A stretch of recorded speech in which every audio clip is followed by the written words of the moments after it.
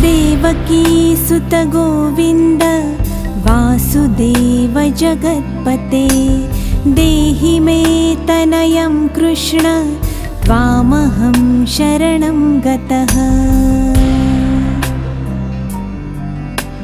देवकी सुत गोविन्द वासुदेव जगत्पते देहि मे तनयं कृष्ण त्वामहं शरणं गतः। देवकी सुत गोविन्द वासुदेव जगत्पते देहि मे तनयं कृष्ण त्वामहं शरणं गतः। देवकी सुत गोविन्द वासुदेव जगत्पते देहि मे तनयं कृष्ण त्वामहं शरणं गतः। देवकी सुत गोविन्द वासुदेव जगत्पते देहि मे तनयं कृष्ण त्वामहं शरणं गतः। देवकी सुत गोविन्द वासुदेव जगत्पते देहि मे तनयं कृष्ण त्वामहं शरणं गतः। देवकी सुत गोविन्द वासुदेव जगत्पते देहि मे तनयं कृष्ण त्वामहं शरणं गतः। देवकी सुत गोविन्द वासुदेव जगत्पते देहि मे तनयं कृष्ण त्वामहं शरणं गतः। देवकी सुत गोविन्द वासुदेव जगत्पते देहि मे तनयं कृष्ण त्वामहं शरणं गतः। देवकी सुत गोविन्द वासुदेव जगत्पते देहि मे तनयं कृष्ण त्वामहं शरणं गतः।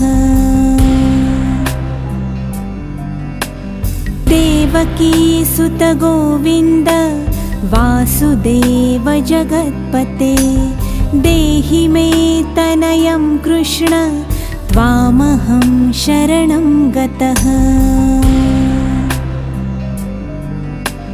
देवकी सुत गोविन्द वासुदेव जगत्पते देहि मे तनयं कृष्ण त्वामहं शरणं गतः।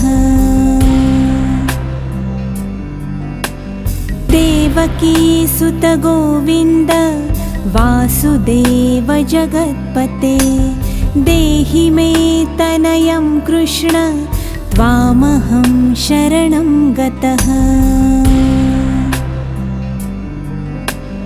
देवकी सुत गोविन्द वासुदेव जगत्पते देहि मे तनयं कृष्ण त्वामहं शरणं गतः।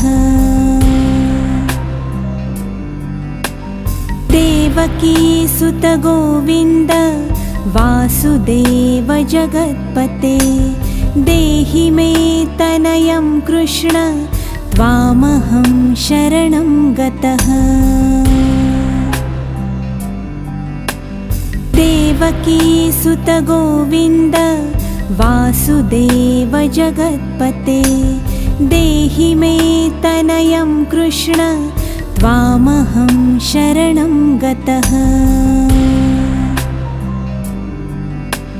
देवकी सुत गोविन्द वासुदेव जगत्पते देहि मे तनयं कृष्ण त्वामहं शरणं गतः।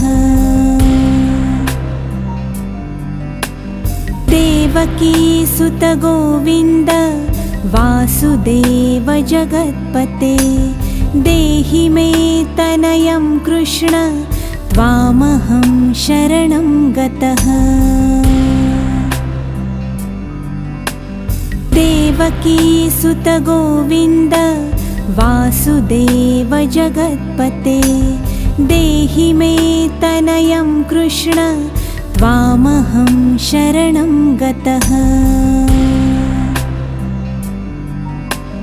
देवकी सुत गोविन्द वासुदेव जगत्पते देहि मे तनयं कृष्ण त्वामहं शरणं गतः। देवकी सुत गोविन्द वासुदेव जगत्पते देहि मे तनयं कृष्ण त्वामहं शरणं गतः।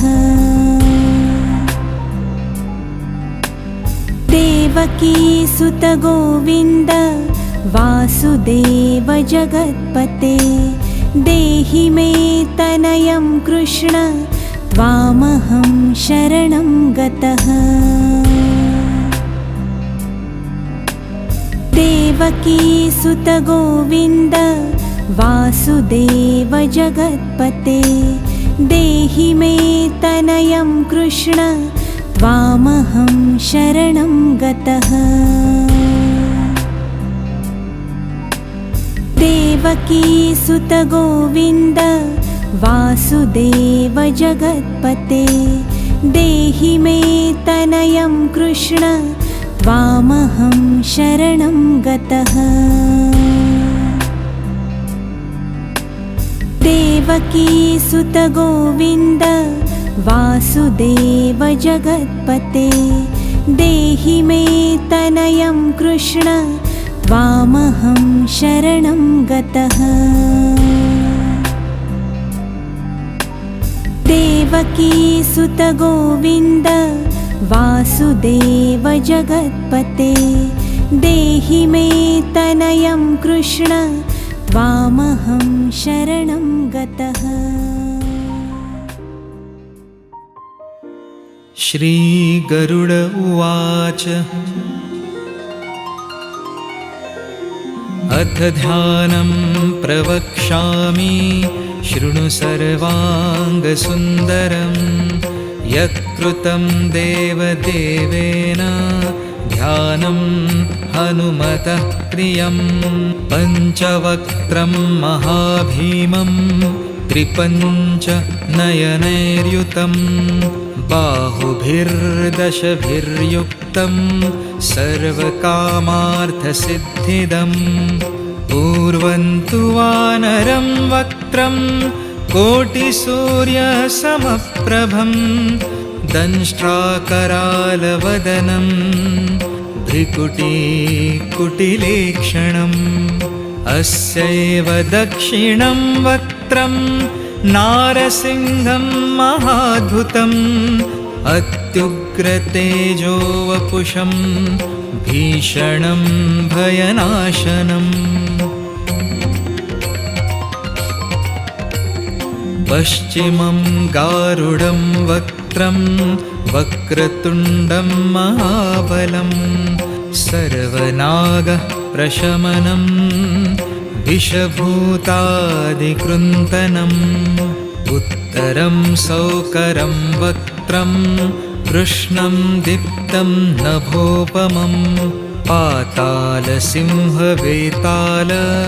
ज्वररोगादिकृन्तनम् ऊर्ध्वं हयाननं घोरं दानवान्तकरं परं येन वक्त्रेण विप्रेन्द्र तारकाख्यं महासुरं जघान शरणं तत्स्यात् सर्वशत्रुहरं परं ध्यात्वा पञ्चमुखं रुद्रं हनुमन्तं दयानिधिम् खड्गं त्रिशूलं खट्वाङ्गं पाशमं कुशपर्वतं मुष्टिं कौमोदकीं वृक्षं धारयन्तं कमण्डलुं भिन्दिपालं ज्ञानमुद्रा दशभिर्मुनिपुङ्गवम् एतान्योधजालानि धारयन्तं भजाम्यहम् प्रेतासनोपविष्टं तं सर्वाभरणभूषितं दिव्यमाल्याम्बरधरं दिव्यगन्धानुलेपनम् सर्वाश्चर्यमयं देवं हनुमद्विश्वतोमुखम् पञ्चास्यमच्युतमनेकविचित्रवर्णं वक्त्रं शशाङ्कशिखरं कपिराजवर्यम् पीताम्बरादिमुकुटैरूपशोभिताङ्गं पिङ्गाक्षमाद्यमनिशं मनसा स्मरामि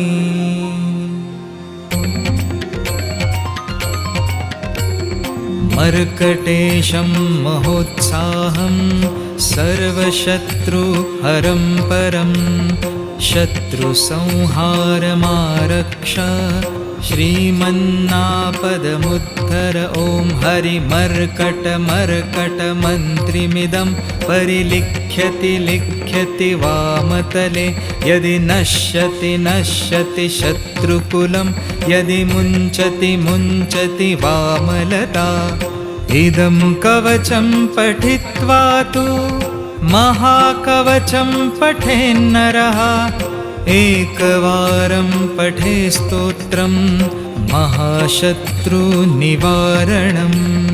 द्विवारं तु पठेन्नित्यं पुत्रपौत्रप्रवर्धनम् त्रिवारं च पठेन्नित्यं सर्वसम्पत्करं शुभम् चतुर्वार पठे नित्यं सर्वरोगनिवारणम् पञ्चवारं पठे नित्यं सर्वलोकं वशं करम् षट्वारं च पठे नित्यं सर्वदेवं वशं करम् सप्तवारं पठे नित्यं सर्वसौभाग्यदायकम् अष्टवारं पठे नित्यं अष्टकामार्थसिद्धये नववारं पठे नित्यं राजभोगं वाप्नुयात् दशवारं पठे नित्यं त्रैलोक्यज्ञानदर्शनं रुद्रावृत्तिं पठे नित्यं सर्वसिद्धिर्भवेत् ध्रुवम् कवचस्मरणेनैवं महाबलं वाप्नुयात् इति पण्डितशिवदत्तमिश्रशास्त्री विरचिते हनुमद्रहस्ये सुदर्शनं संहितायां श्रीरामचन्द्र सीताप्रोक्तमपञ्चमुखं हनुमत्कवचं सम्पूर्णम्।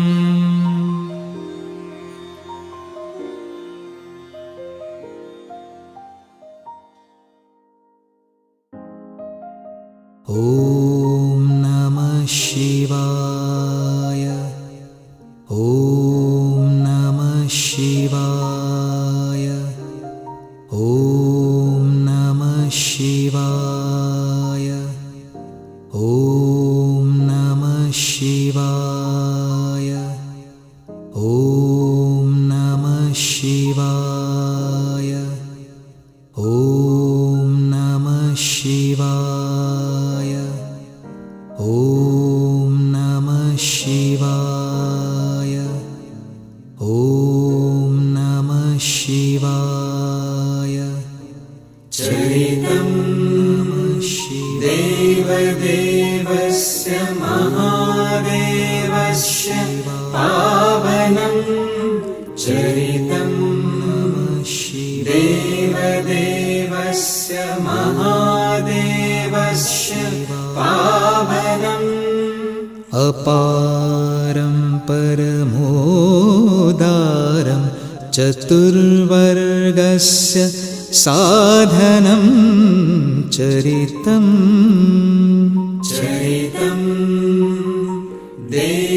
देवदेवस्य महादेवस्य पावनं चरितम्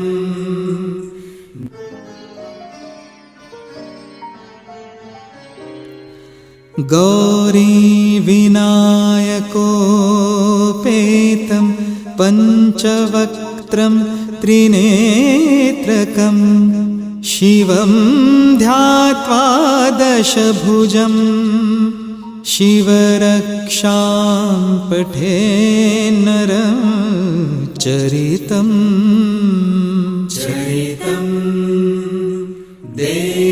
देवदेवस्य महादेवस्य पावनं चरितम्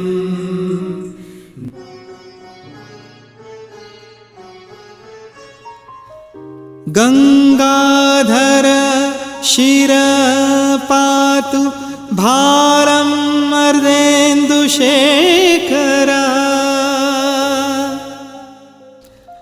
नयने मदनध्वंसिकर्णो सर्पविभूषणा चरितम्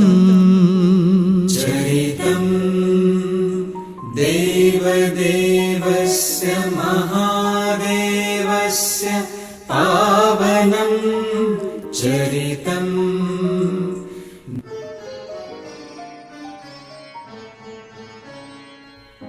घ्राणं पातु पुरारातिर्मुखं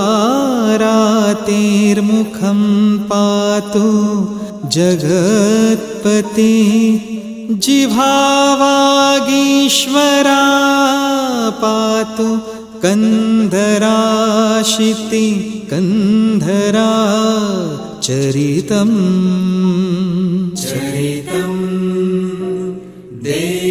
देवदेवस्य महादेवस्य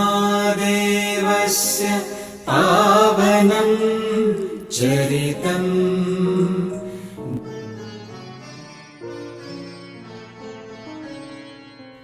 श्रीकण्ठः पातु मे कण्ठं स्कन्धो विश्वधुरन्धरः भुजो भूभारसंहर्ता करो पातु पिनाकधृक चरितम्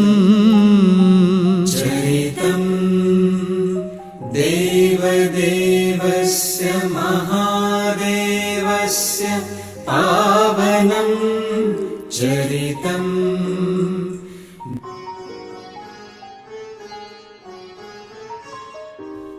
हृदयं शङ्करः पातु जठरं गिरिजापतिः हृदयं शङ्करः पातु जठरं गिरिजापतिः नाभिं मृत्युञ्जयः पातु कटिव्याघ्र जिनाम्बरा चरितम्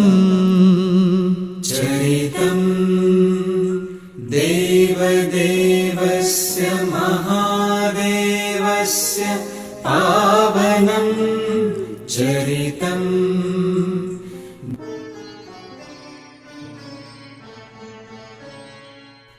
शक्तिनि पातु दीनार्तः शरणागत वत्सलः उरुमहेश्वर पातु जानुनी जगदीश्वर चरितम्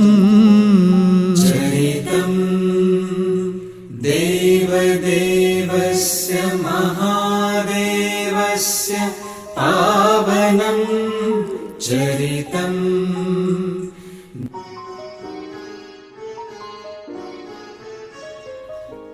जङ्घे पातु जगत्कर्ता गुल्फो पातु गणाधिपा गुल्फो पातु गणाधिपः चरणो करुणा सिन्धो सर्वाङ्गानि सदाशिवा चरितं देवदेवस्य महादेवस्य पावनं चरितं नमः देवदेवस्य महादेवस्य पावनं चरितं नमः शिवाय।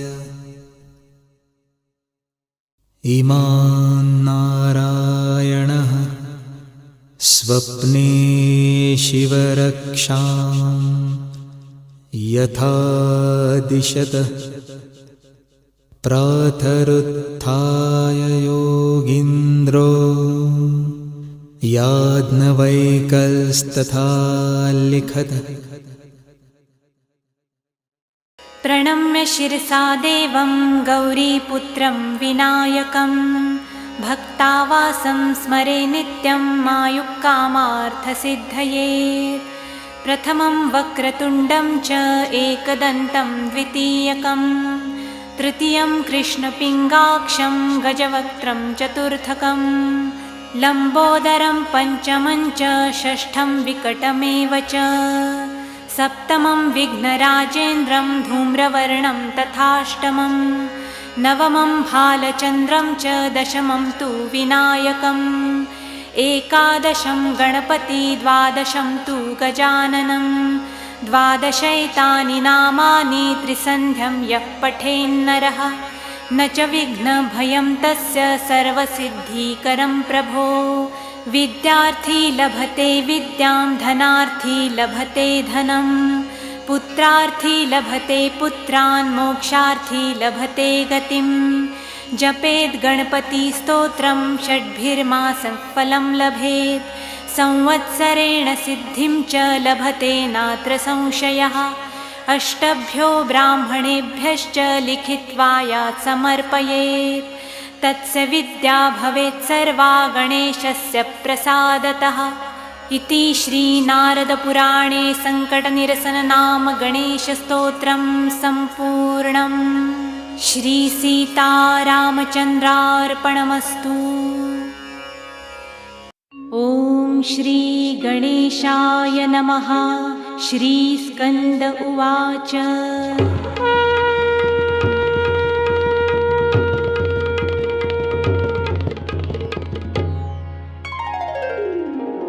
योगीश्वरो महासेनः कार्तिकेयोऽग्निनन्दनः स्कन्दः कुमारसेनानी स्वामी शङ्करसम्भवः। योगीश्वरो महासेनः कार्तिकेयोऽग्निनन्दनः स्कन्दः कुमारसेनानी स्वामी शङ्करसम्भवः। गाङ्गेयस्ताम्रचूडश्च ब्रह्मचारिश्च शिखिध्वजः तारकारी रुमापुत्रः क्रौञ्चारिश्च षडाननः।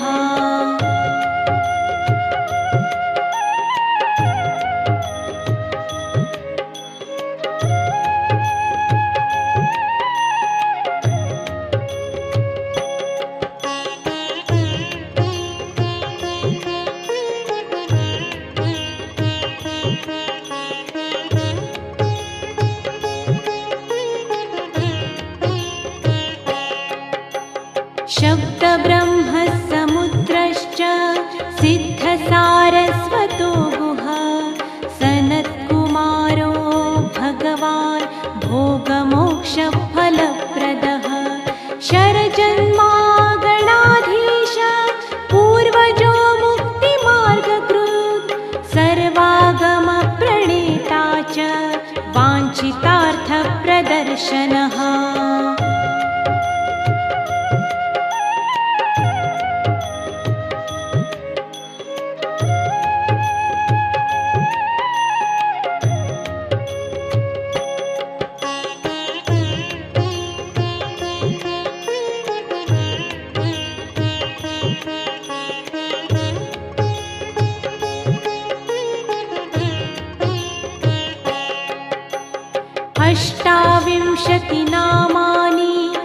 मदीयानीति यः पठेत् प्रत्युषं श्रद्धया युक्तो मुको वाचस्पतिर्भवेत्। महामन्त्रं मयानीति मम नामानुकीर्तनं महाप्रज्ञामवाप्नोति नात्र कार्या विचारणा।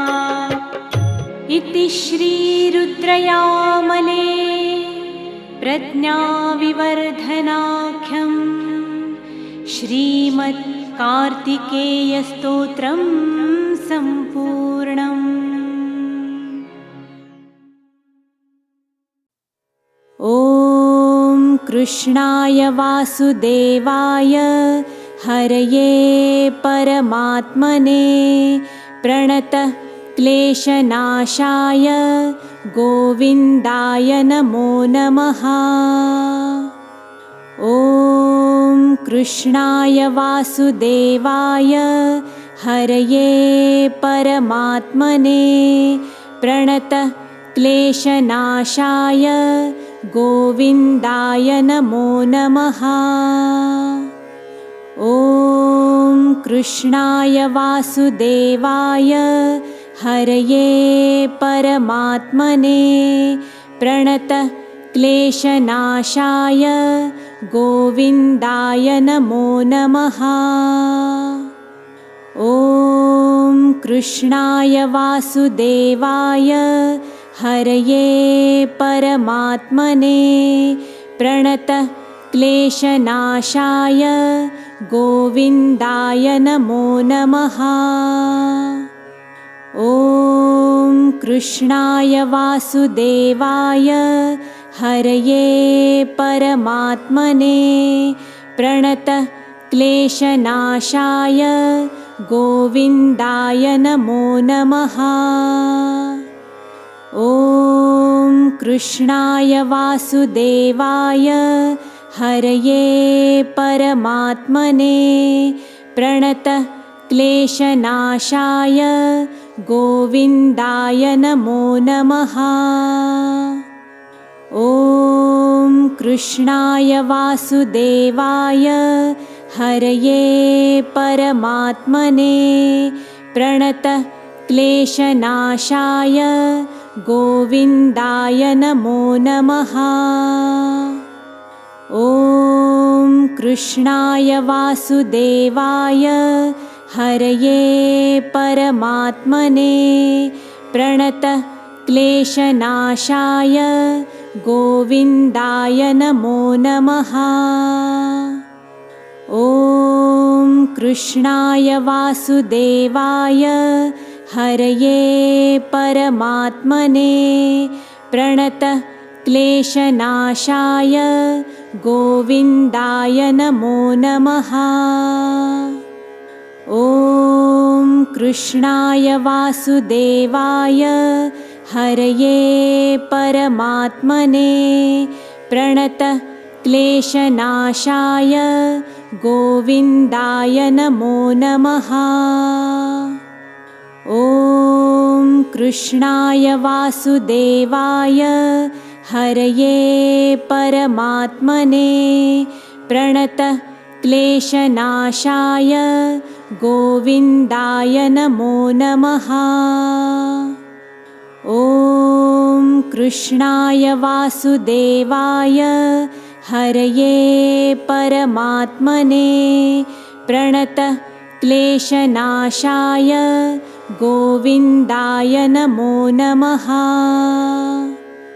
ॐ कृष्णाय वासुदेवाय हरये परमात्मने प्रणतः क्लेशनाशाय गोविन्दाय नमो नमः। ॐ कृष्णाय वासुदेवाय हरये परमात्मने प्रणतः क्लेशनाशाय गोविन्दाय नमो नमः।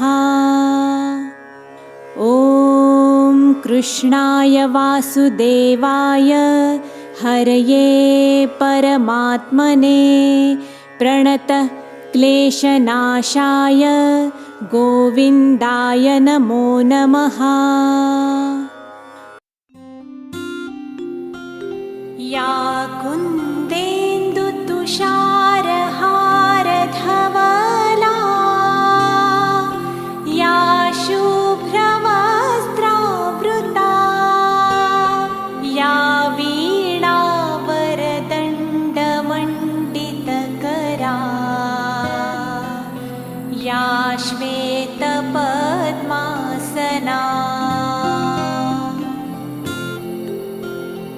या ब्रह्माच्युतशङ्कर प्रभृतिभिः देवैः सदा वन्दिता सा मां पातु सरस्वती भगवती निःशेषजाड्यापहा।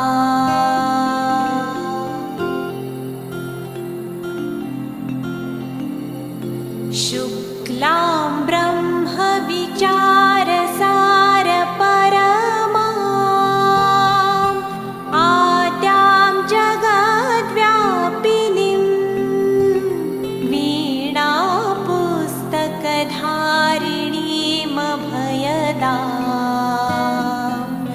जाड्यान्धकारापहा। हस्ते स्फाटिकमालिकां विदधतीं